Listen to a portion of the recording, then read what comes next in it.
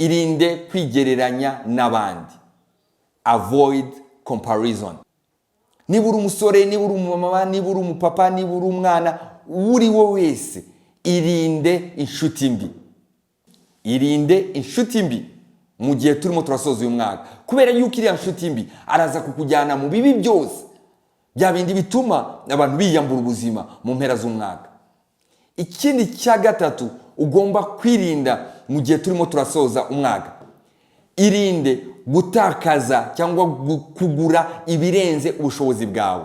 Irinde social media zidafite umumaro, ahubwo urebe social media ziri constructive, social media zikwigisha. Rero nshuti zanjye, nshuti za Kira Ministries, ndagira ngo mbagire inama kandi ndagira ngo mbasabe inshuti zanjye mwirinde ibi bintu bine biraza kubafasha kugera mu 2026 muri soba, mumeze neza, mushima Imana kandi mufite icyerekezo cy'ejo hazaza.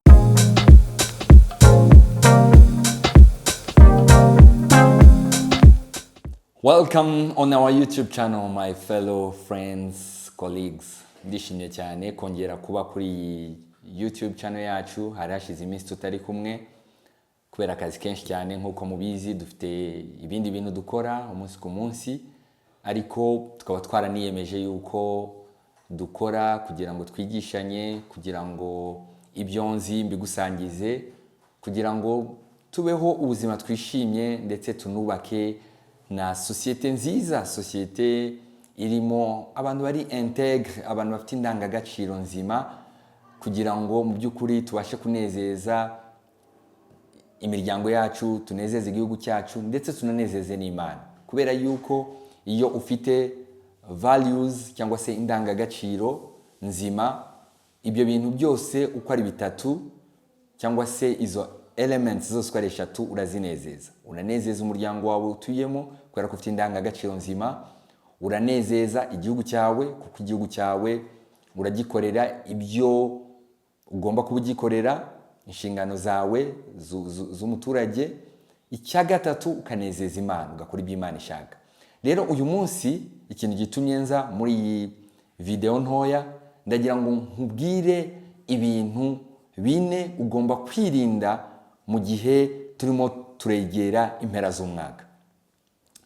Nshuti zanjye, umwaka iyo urangira hari ibintu byinshi cyane biba.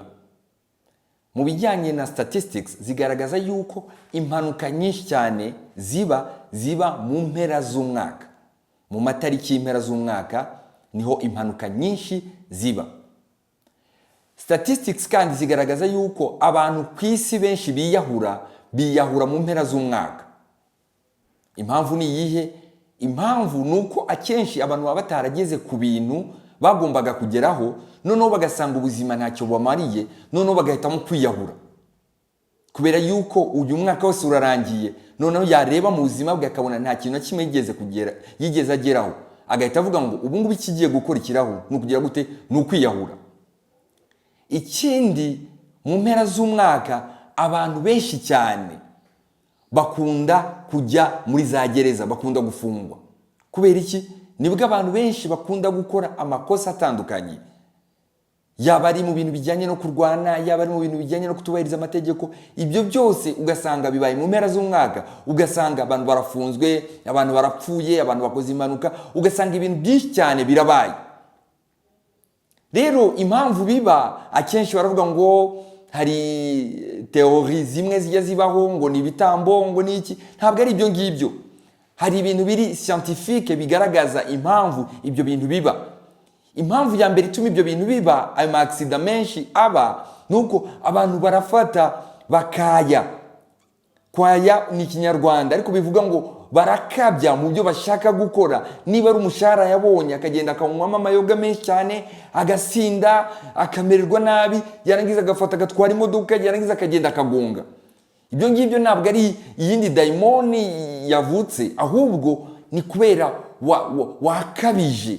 Wabonye umwaka urangiye, uravuga ngo ugiye kwinezeza, urangije uragenda urara mu kabare, urara mu nzoga, urara mu biki, urangije ukora impanuka. Niyo mpamvu impanuka ziba nyinshi. Kubera iki? Muri murishimira ko umwaka urangiye. Ariko ibaze kwishimira ko umwaka urangiye ariko ukawurangiza uri mu bitaro. Abandi noneho nabwo bakareba akagenda akanywa ibiyobyabwenge bitandukanye, yaba ari urumogi, yaba ari kokayine, yaba ari marijuana n'ibindi, yarangiza yaba yicaye agatekereza yuko umwaka urangiye, akabona yuko nta kintu yagezeho, yarangiza agahita yiyahura. Ugasanga hakukurangiza umwaka, ahubwo wowe wiyambuye ubuzima umwaka kurangira. Rero ndagira ngo nk'abantu badukurikira tugiriwe amahirwe yo kugira ngo mukurikire kuri iyi channel yacu ya Kira.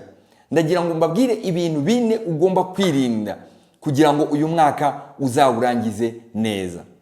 Icya mbere ugomba kwirinda, irinde kwikompara n'abandi, irinde kwigereranya n'abandi. Avoid comparison. Kwigereranya ni iki? Kwigereranya ni ukureba ubuzima bwanjye njyewe Jules nkabugereranya n'ubwa Kwizera kuri kamera, nkumva nshaka kubaho nk'uko abayeho, narangiza ngahita ntangira kuvuga ngo okay, Kwizera barasohotse bajya Dubai, barasohotse bajya Gisenyi, barasohotse bajya kuri convention center, none nanjye ngomba kubikora. Ibyo bintu ukabikora urimo urigana Kwizera, ariko njyewe Jules ntabwo mfite ubwo bushobozi bwo kugira ngo mbikore. Rero iyo utangiye kwigereranya, umutima wawe urabyimba, ukagira imibereho mibi, warangiza ugatangira kwishora mu bindi bintu bibi cyane. Ikintu cya mbere ugomba kwirinda mu mpera z'uyu mwaka, irinde kwigereranya n'abandi. Icya kabiri ugomba kwirinda, irinde inshuti mbi mu gihe turimo turajya muri uyu mwaka tuwusoza. Niba uri umusore, niba uri umumama, niba uri umupapa, niba uri umwana, uri wowe wese, irinde inshuti mbi. Kubera iki? Inshuti mbi urazizi nawe, nta muntu ukeneye kugira ngo akubwire inshuti mbi. Inshuti ni wa mudamu w'inshuti yawe umwe ukubwira ngo usige umugabo wawe mugende mwigire mu kabari. Inshuti mbi ni wa mudamu ugufata mugatangira kuganira abagabo banyu muvuga uburyo ari babi n'uburyo mukwiriye kuzabarika. Inshuti mbi ninde? We musore. Inshuti mbi ni wa musore nta kindi kintu akubwira cy'iterambere, ahubwo icyo yifuza cyose ni ukugira ngo mugende mugiye mwizihiza ngo kurangiza umwaka muhore muri mu kabari.